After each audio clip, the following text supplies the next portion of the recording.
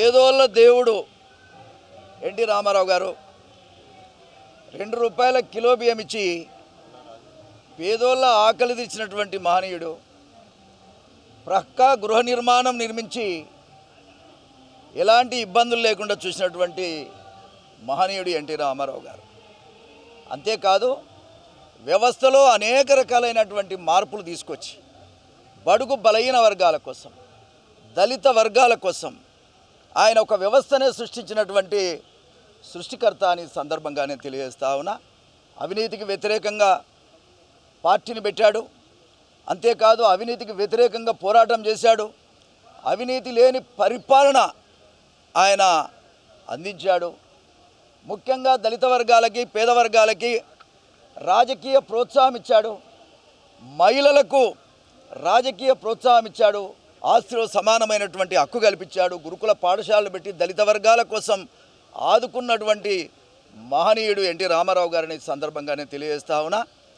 అటువంటి పార్టీ ఇవాళ తెలంగాణలో పోయిన సంవత్సరం నేను ఇదే ఎన్టీఆర్ వర్ధంతి రోజున బాధతోని, ఆవేదనతోటి తెలుగుదేశం పార్టీ అంతరించిపోతుంటే చూడలేక ఇది అంతరించి పోకూడదని, ఒకవేళ అంతరించిపోయే పరిస్థితి వచ్చినప్పుడు దీన్ని టీఆర్ఎస్లో విలీనం చేయమని చెప్పాను నేను ఆ రోజు. దాని మీద చంద్రబాబు నాయుడు గారు మరి నన్ను పార్టీ నుంచి సస్పెండ్ చేశారు. నేను ఒకటే ఈ సందర్భంగానే తెలియజేస్తా ఉన్నా, ఇవాళ ఏమైంది, ఇవాళ ఏం జరిగిందని నేను చంద్రబాబు నాయుడు గారికి ఈ సందర్భంగానే అడుగుతా ఉన్నా.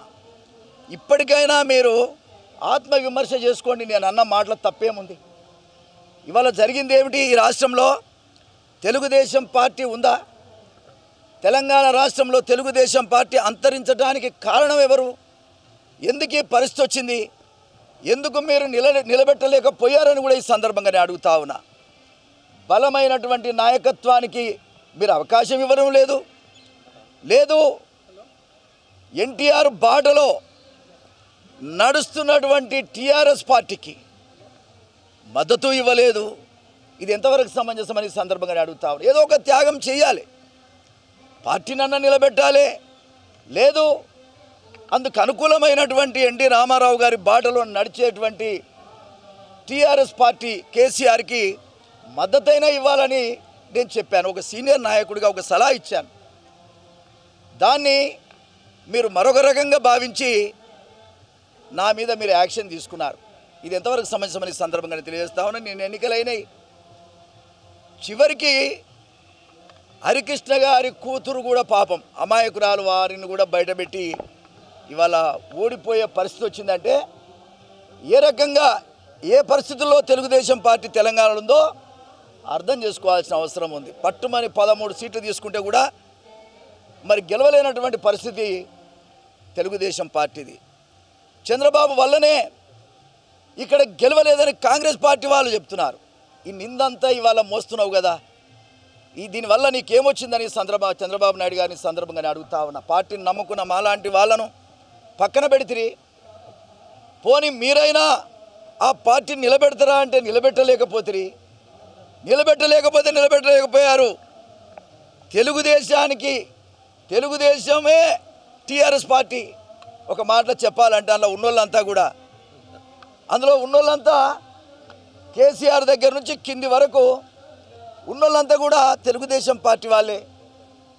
ఒక పెద్ద నాయకుడిగా కేసీఆర్కి తమ్ముడు మరి ఇప్పుడున్న పరిస్థితులలో చేయగలిగింది ఏమీ లేదు, ఈ పార్టీని కూడా నీకే అప్పచెప్తున్నా అని ఒక మాట చెప్పింటే ఇవాళ ఆయన సంతోషంగా ఉండేవాడు, ఈయన సంతోషంగా ఉండేవాడు. 2 రాష్ట్రాలు బాగుండాలనేది నా కోరిక. ఒక సీనియర్ నాయకుడిగా మీరిద్దరు బాగుండి 2 రాష్ట్రాల్లో పరిపాలన మంచిగా చేయాలనేటువంటిదే నా కోరిక తప్ప మరొకటి కాదు. ఇప్పటికి నేను 6 సార్లు గెలిచాను. నేనేదో ఎమ్మెల్యేల పదవుల కోసమో ఇంకో దానికోసమో ఆస్తుల కోసమో బతికిన మనిషిని కాదు. ఎన్టీ రామారావు గారి ఆశయ సాధన కోసం బతికిన మనిషిని. కాబట్టి ఒక బాధ, ఇలా అంతరించిపోయింది అంటున్నారు. ఆ బాధ అది ఎన్టీ రామారావు గారికి అవమానకరమైనటువంటి పరిస్థితి. తెలుగుదేశం పార్టీ అంతరించిపోయిన దానికంటే ఎన్టీ రామారావు గారి చలవతో పుట్టినటువంటి, ఆయన ప్రేమలో పుట్టిన ఈ పార్టీ అందుకు అనుకూలమైనటువంటి వ్యక్తుల చేతుల్లో పెట్టినట్టుగా పెట్టింటే ఇవాళ చంద్రబాబు నాయుడు గారికి ఎంతో గౌరవం ఉండేదని కూడా ఈ సందర్భంగా నేను తెలియజేస్తా ఉన్నా. ఏది ఏమైనా చంద్రశేఖరరావు గారు బ్రహ్మాండమైన మెజారిటీతో గెలిచారు. వారిని కూడా ఈ సందర్భంగా నేను అభినందిస్తా ఉన్నా. గతంలో ఒకసారి ఎన్టీ రామారావు గారు కూడా చాలా ఎన్నోసార్లు పెద్ద ప్రభంజనం వచ్చింది. వారు బ్రహ్మాండమైన మెజారిటీతో గెలిచినా కొన్ని చీడ పురుగుల వల్ల పార్టీ దెబ్బతిన్నది. ఇవాళ కేసీఆర్ కూడా చెప్తా ఉన్నా, బ్రహ్మాండమైన మెజారిటీ వచ్చింది అనేది కాదు, మంచి వాళ్ళని ఎంబడి పెట్టుకొని నడవండి, మంచి వాళ్ళను తోడు పెట్టుకొని 4 కాలాల పాటు పేద ప్రజల కోసం ప్రభుత్వం ద్వారా పనిచేయండి.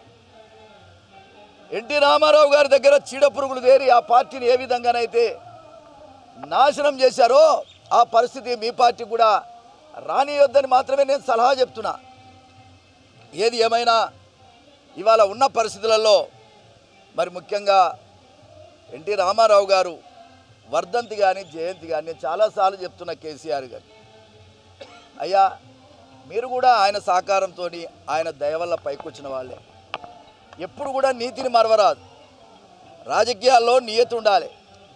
అన్నం పెట్టినోడికి జ్ఞాపకం చేసుకుంటే మంచిది.